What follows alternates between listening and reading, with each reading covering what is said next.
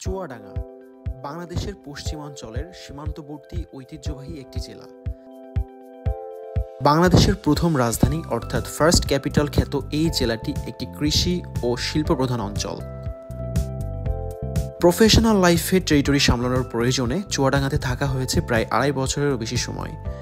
Territory লাইফের সবচেয়ে মজার বিষয় হলো নতুন নতুন মানুষের সাথে পরিচিতি এবং সেখানকার কালচার ও পরিবেশের সাথে কোলাবরেট করতে পারা।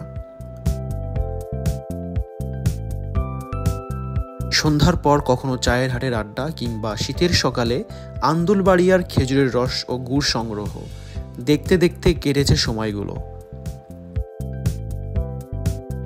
চুয়াডাঙ্গার কথা শুনলে সবার প্রথম মাথায় আসে দর্শনার ঐতিহ্য কেরু অ্যান্ড কোম্পানি, যেটি চিনি ও অ্যালকোহল উৎপাদনে বাংলাদেশের নাম্বার 1 ইন্ডাস্ট্রি।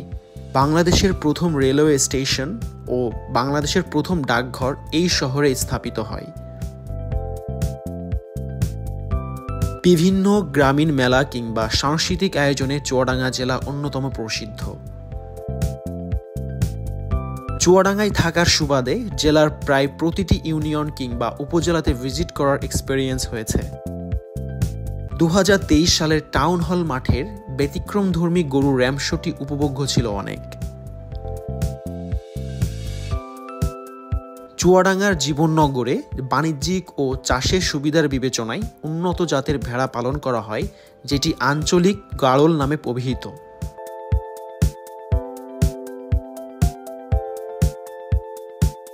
নয়নাভিরাম প্রকৃতির স্বর্গরাজ্য এই চুয়াডাঙ্গা জেলা।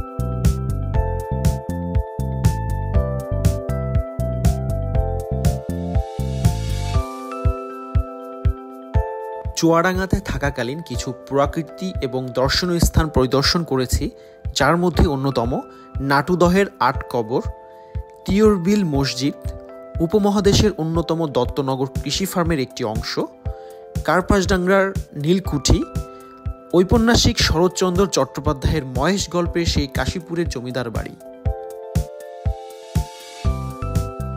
সবশেষে প্রফেশনাল রিলেশনের বাইরে কিছু মানুষের সাথে পরিচয় এবং চুয়াডাঙ্গার এই ডায়েরিটা থেকে যাবে আজীবন।